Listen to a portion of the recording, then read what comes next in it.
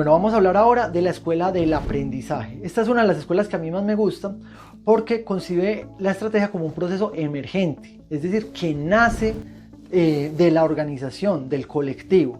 Aquí la estrategia se concibe más como un proceso colectivo donde los diferentes miembros de la organización participan y a lo largo del tiempo van sacando ideas, van generando que muchas veces terminan convirtiéndose en estrategias muy exitosas. Es decir, acá no es tan fácil separar la formulación de la aplicación de la estrategia, ¿sí? Ahora, esta escuela es de corte descriptivo, o sea, no pretende darnos una prescripción de cómo debería hacerse la estrategia, sino que es más de corte descriptivo, que pretende decir cómo las empresas en el mundo real recogen su conocimiento, aprenden y a partir de ahí sacan estrategias. Es una escuela más que nos busca plantear qué es lo que ocurre en la realidad. Una historia que nos puede ayudar como a entender esto es el caso de Honda. Ustedes han escuchado hablar de la empresa Honda, pues que tiene motocicletas, carros, ¿sí?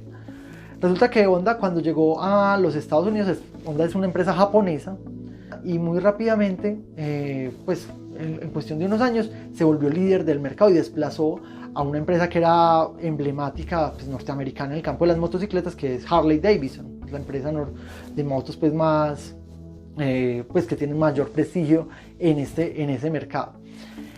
Y hubo algunos estudios que hicieron empresas como el Boston Consulting Group, donde analizaban el éxito de Honda y hacían unos análisis donde planteaban que supuestamente pues, la empresa hizo un gran plan estratégico, llegó a la organización, pues, llegó a Estados Unidos, hizo unos pronósticos, utilizó unas estrategias de economías de escala que le permitió dominar el mercado y bueno, y sacaron pues como esa historia como una historia de éxito. Pero hubo algunos autores que hubo algo que no les sonó muy bien en la historia como la contaba el Boston Consulting Group y decidieron ir y preguntarle directamente a los directivos de Honda cómo había sido su historia de éxito en Estados Unidos. Y lo que descubrieron fue una historia totalmente diferente. Resulta que Honda, pues una empresa que ya operaba y tenía motos, fabricaba motocicletas en Japón, pero eran motocicletas pequeñas, de 50 centímetros cúbicos, que tenían un buen desempeño, pues un desempeño normal, pero cuando llegaron a Estados Unidos, pues en Estados Unidos ya estaba establecido una empresa muy fuerte que era Harley Davidson. Resulta que cuando Honda llega a Estados Unidos, su estrategia deliberada, planeada, era vender motos parecidas a las Harley Davidson que compitieran con ellas, o sea, motos grandes, fuertes, que resistieran grandes distancias, pero no les empezó a ir bien. Las motos no lograban tener el mismo desempeño que tenían las motos norteamericanas. Pero ellos pues tenían unas motos pequeñitas que eran con las que trabajaban en Japón y se habían traído unas pues para Estados Unidos para que los empleados de Honda pudieran pues desplazarse en la ciudad, en Los Ángeles. Y a la gente le parecían muy simpáticas estas motos pequeñitas, pero pues ellos no las tenían a la venta. Hasta que un ejecutivo de compras de Sears, pues una gran distribuidora pues, norteamericana, les dijo, venga, ¿por qué no comercializamos las motos de ustedes a través de nuestros canales de distribución? Ellos al principio estaban muy reacios, ellos decían, no, pero ¿cómo vamos a hacer eso si nosotros pues, queremos es hacer nuestra distribución propia y queremos es competir? Y si vendemos nuestras motos pequeñas, pues vamos a dañar nuestra imagen que queremos competirle a Harley Davidson. Pero después de muchas renuencias, finalmente dijeron, está bien, vamos a vender nuestras motos de 50 centímetros cúbicos, que eran motos pequeñas, motos que no gastan tanta gasolina, pero no eran para andar de grandes distancias, pero funcionaban muy bien para un recorrido en un medio urbano. ¿Cuál fue la historia? Que fue todo un éxito. ¿Por qué? Porque ya no, los que quisieron comprar las motos de Honda pues no eran los hombres rudos que querían ir de largas distancias, pero sí personas de clase media que necesitaban ir de la casa al trabajo, del trabajo a la casa, y estas motos satisfacían muy bien esa necesidad. La pregunta aquí clave es, ¿eso fue un proceso de planeación estratégica? ¿Fue un proceso deliberado que las empresas en su sede central en Japón decidieron incursionar al mercado de Estados Unidos y ganarlo de esa manera? No. La realidad es que fue un proceso de aprendizaje. Ellos llegaron al mercado, intentaron de una manera, intentaron de otra, hasta que al final vieron que un producto que ellos tenían podía funcionar muy bien en este mercado.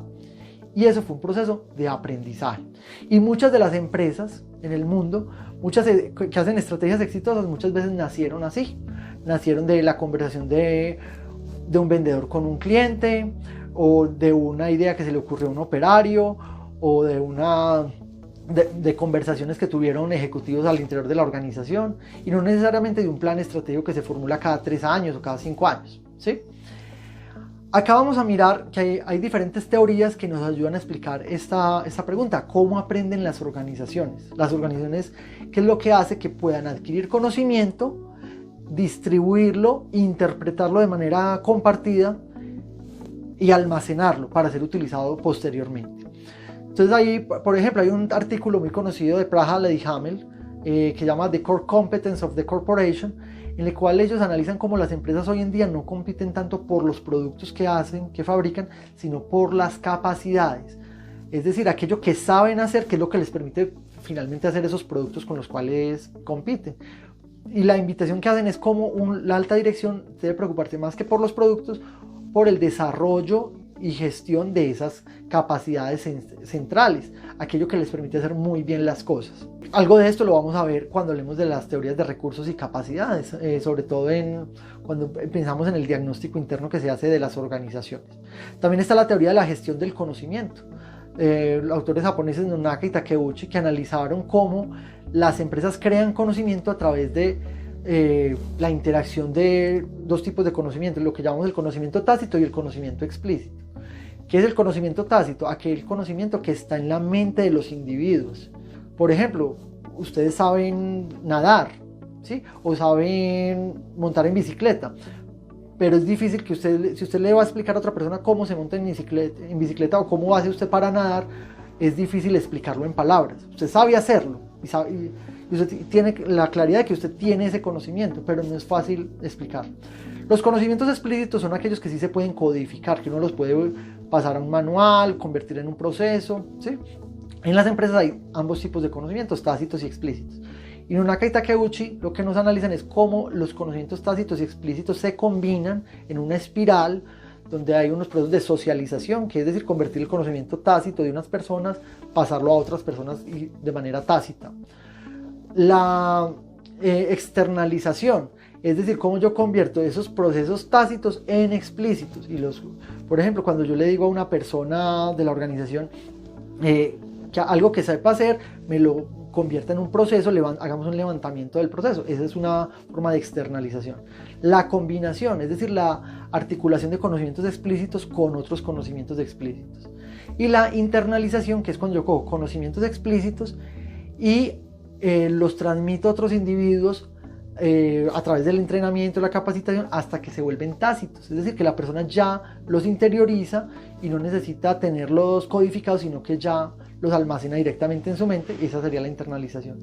Esos autores nos hablan que estos 4 procesos, en la medida que se desarrollan en la organización, nos generan lo que llama la gestión del conocimiento. Y esas también las teorías del aprendizaje organizacional. ¿Cómo aprenden las organizaciones? Hay diferentes corrientes. Por ejemplo, Crossan, Lane y White son los autores que nos hablan de cómo el conocimiento individual, que nace pues de esa intuición, se integra en los equipos de trabajo, se interpreta y finalmente se institucionaliza hasta convertirse en conocimiento colectivo, conocimiento organizacional.